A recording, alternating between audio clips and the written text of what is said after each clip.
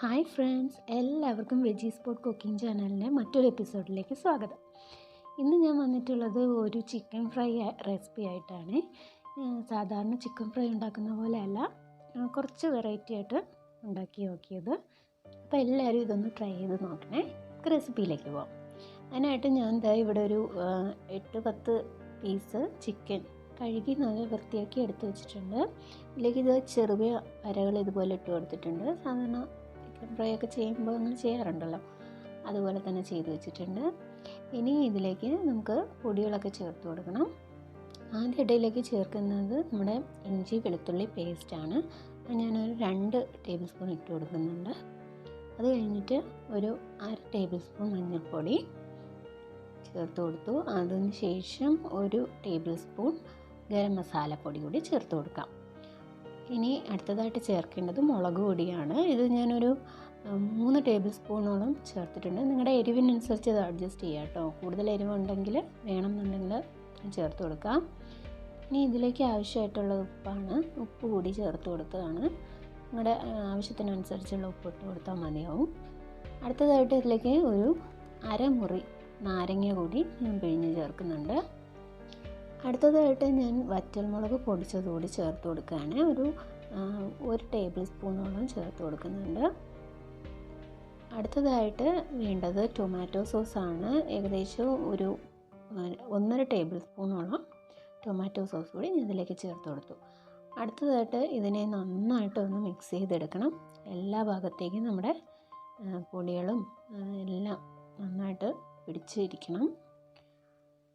അപ്പോൾ നന്നായിട്ട് ഞാൻ ചെയ്ത് വെച്ചിട്ടുണ്ട്.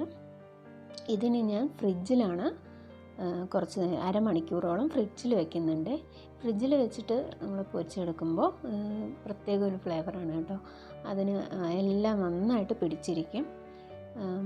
പുറത്ത് വെച്ച് ചെയ്യുന്നതിനെക്കാട്ടി എപ്പോഴും ഫ്രിഡ്ജിൽ വെച്ചിട്ട് 1 മണിക്കൂറെങ്കിലും വെക്കാൻ വെച്ചിട്ട് ചെയ്യുന്നതായിരിക്കും നല്ലത്.